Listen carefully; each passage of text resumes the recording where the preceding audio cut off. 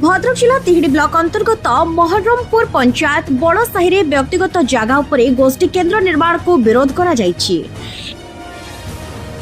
एने तिहिडी बीडीओ ठारे लिखित अभाव अभियोग करा जायछि। प्रकाश जे महरमपुर बड़साही आम ओडिशा नवीन ओडिशा कार्यक्रम में 2,50,000 टंका व्यय अटकल गोष्ठी केन्द्र निर्माण करा जायछि।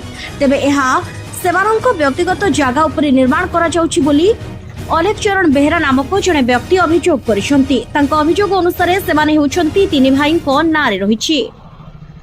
एही जगह को नहीं एक पार्टीशन केस मध्य एबे कोर्ट रे विचाराधीन रहिछि। तेबे एभली स्थिति रे सरकारी गाइडलाइन को संपूर्ण भाव में उल्लंघन करा जाई केउ परिस्थिति रे ओ कहा स्वार्थ रे व्यक्तिगत जगह उपरे सरकारी अर्थर विनियोग करा जाउछि ताहा सेमानंकु चकित करिछि बोली अभियोग रे दर्शा जाइछि। एभली बेआईन निर्माण को से विरोध करुथिले मध्य तांको कथा केही सुनु नाहंती। तेणु बाध्य होई श्री बेहेरा एथिने बीडीओ समेत जिलापाल पीडी और तहसीलदार प्रमुखों दृष्टि आकर्षण करी तदंत और कार्यानुष्ठान दाबी करिसेंती।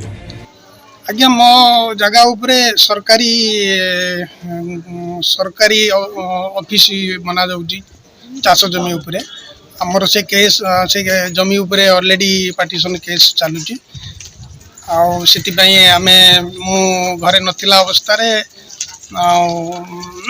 जी दिन परे जानि पाइलु कि घर हमरी जगह उपरे घर बना हिची। गोष्ठी केन्द्र सरकारी ऑफिस चाष जमी उपरे जोर जबरदस्ती बना जाइछि।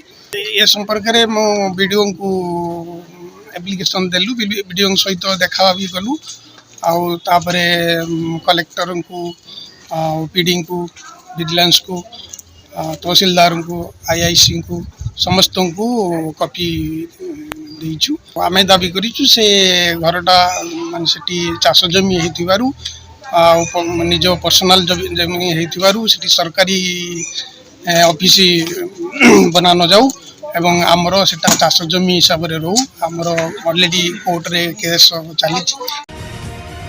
तिहिडी संजय दास का रिपोर्ट उत्कल न्यूज।